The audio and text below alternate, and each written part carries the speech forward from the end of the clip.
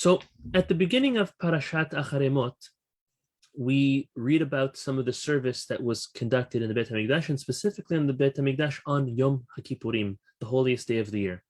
And Parashat Acharei is actually the Torah portion that we read on Yom Kippur. The first part of the parasha is what we read in the morning, and the end of the parasha is what we read in the evening, in the afternoon for Mincha on Yom Kippur.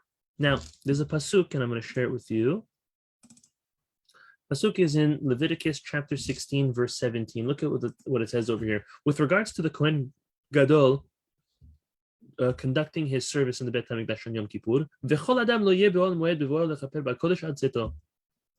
that no man should be in the tent of meeting when he, the Kohen Gadol, comes to do his avodah, his service in the Beit HaMikdash, and then he will arrive to a state of atonement for him, his household, and for all of Bnei Israel. This is what the Torah tells us. In other words, that when the Kohen Gadol would conduct his service on Yom Kippur in the Kodesh HaKodashim, in the Holy of Holies on Yom Kippur, he would do so alone in the room, no one watching him. So based on this, Rav Pincus says we can learn an amazing concept about service of HaKadosh Baruch Hu, serving Hashem. And that is that the greatest and most accepted service is the type of service that is done in private, where there's no fanfare. As the pasuk says in Micha, I didn't pull it up. Let me open it up over here. I believe I remember he quoted, Rav Pincus quoted a very important pasuk. Here we go. V'hatzne lechet im elokecha. That the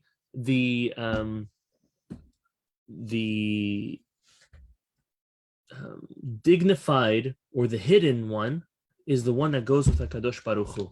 Again, one in private, one that does good deeds with no fanfare. So indeed, there are certain times that there is an advantage of serving Hashem in public with the masses. As the pasuk says, Berov am hadrat melech. There are certain things we do with a great large group of people, and that's also a great Kiddush Hashem, sanctification of God's name. But there is a specific, special, and unique advantage to doing something in private, hatzne lechet, because there is no doubt the reason why doing something in private is greater and has a specific advantage is because there's no doubt that the reason that whoever is fulfilling that mitzvah is doing it only because they love Hashem, only because they want to connect to Hashem. For 100% the right reason. There's no show. When you're doing something behind closed doors, that is the true definition of who a person is. So similar to, Rav Pincus says, similar to a pot of water on a stovetop. If it isn't covered, you turn on the stovetop, it will reach a high temperature. It will even reach boiling point. It's going to get, somewhere not much higher than 100 degrees. No matter how high you turn the flame or the gas or the electric stovetop, it's not passing much past 100 degrees. However, if you take a pressure cooker and you you boil the water can reach way higher than 100 degrees. Why? Because it's hidden, because it's covered, because it's closed.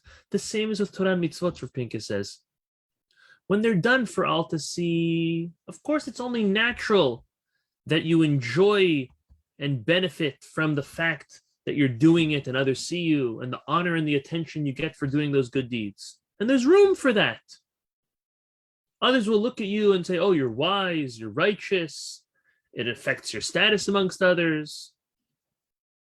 But one who does something in private between Hashem and himself or herself alone, there's no option for that burning fire and desire to serve Hashem to fade away, because there's no outside influences. You're not doing it because you want others to see or because others are going to see. You're doing it because it's for you and for Hashem. You're doing it l'shem shamayim. So this is a very, very, very beautiful concept. The Rambam says, even though it's a mitzvah and obligation to learn daily in the morning, during the day and during the night, Every day and every night, at least a little bit, we need to learn Torah. The majority of one's Torah learning will take place at night. They'll succeed most at night. One who wants to grow in Torah, the Rambam says, should not waste even one night without learning Torah, with wasted sleep. Rav Pincus says there's a couple of reasons why the night is a special time to learn Torah, and it's the most opportune time. But he says, in light of what we're speaking about, that most people are sleeping at night. Most people are at home at night. They're not looking. They're not seeing. All the good you do is not going to be seen by others. And one who strengthens themselves and they learn Torah at night when no one else is seeing, no fanfare, the quality of that learning, the siyata deshmaya, the divine help, is going to be much stronger and much greater at that moment. The same is true for the Kohen Gadol in the Bet HaMikdash. If others, Rav Pincus says, we're going to be watching him, he couldn't reach that high level of holiness that he needed to conduct the service and reach the level of Ruach HaKodesh, divine inspiration, and to fulfill that position of a single representative, which he was on behalf of the Jewish people and the entire nation to receive atonement, as we just read on the day on Yom Kippur from Hashem. All because he was alone. He was not seen. So the first concept, and we're going to move on to another one, it's like a little pivot. But the first concept we learn from Rabbi Pincus is the great power that we learn from the Kohen Gadol, serving in the Bet HaMikdash, in the Kodesh Kodeshim alone without anyone seeing him, is a great, great advantage to all service. And specifically to when we decide to do certain things, and we do so when no one will be looking and no one will be watching, we will be able to attain higher levels. Why? Because it's a proof that we are doing it for the 100% right reason.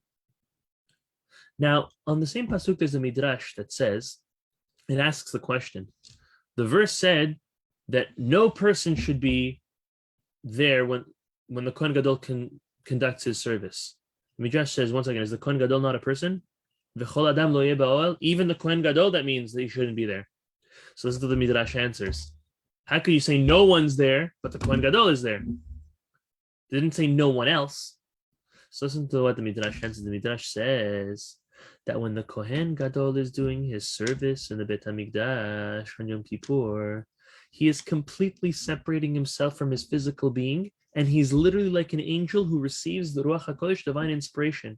So in truth, there's not a person there. There's no one there. It's just Hashem. And this malach, so to say. Rav Pincus says, really, each Jew is supposed to reach that level of oneness with Hashem during our Amidah, our silent prayer. Like a Kohen Gadol. Like the Kohen Gadol is in the Kodesh HaKodeshim with Hashem. And he proves this beautifully. There's a halacha that says that we're not allowed to raise our voice. We're not allowed to be heard during the Amidah, during the silent prayer. Hence, it's called the silent prayer. Why is it? Out of all our tefillah, it's the only prayer that needs to be silent. Yes, there's certain times in our tefillah that we raise it louder, lower, but it's the only time where we have to be completely silent in the Amidah. There's even a dispute amongst the rabbis. Do you say your Amidah loud enough that only you hear and not someone else, or low enough that you don't even hear? The dispute. Why is it that only by the Amidah is there this halacha?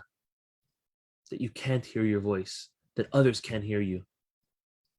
He says, because when one raises their voice and their voice is heard, it's as if you're saying, I'm here. I'm praising you, Hashem. And in the Amidah, there is no I. There's only Hashem. Not only are not all of our interferences, our business dealings, everything that we're thinking about all day long, all those thoughts are not there during the Amidah. At least they're not supposed to be. They don't exist at that point. So we, so to say, aren't there. Because we're completely submitting ourselves to HaKadosh Baruch Hu. At that moment, it's really only Hashem. Just like in the Bet HaMikdash with the Kohen Gadol. V'chol adam lo yeh ba'oel. Anybody, even the Kohen Gadol. Physically, he was there, but he really wasn't there because he completely separated himself from his body physically, in his mind, spiritually, emotionally, and it was just Hashem. That is our goal during the Amidah, is to be completely focused and right there with Hashem in prayer. There are other times where we are to raise our voices in prayer and sing, and that's beautiful, and there's specific times for that, and that should not be avoided or changed. But the Amidah, the highest, the pinnacle moment of our tefillah, that's the moment where we are to be like the Kohen Gadol in the Kodesh HaKodashim on Yom Kippur. The Kohen Gadol only went into the Kodesh HaKodashim on Yom Kippur.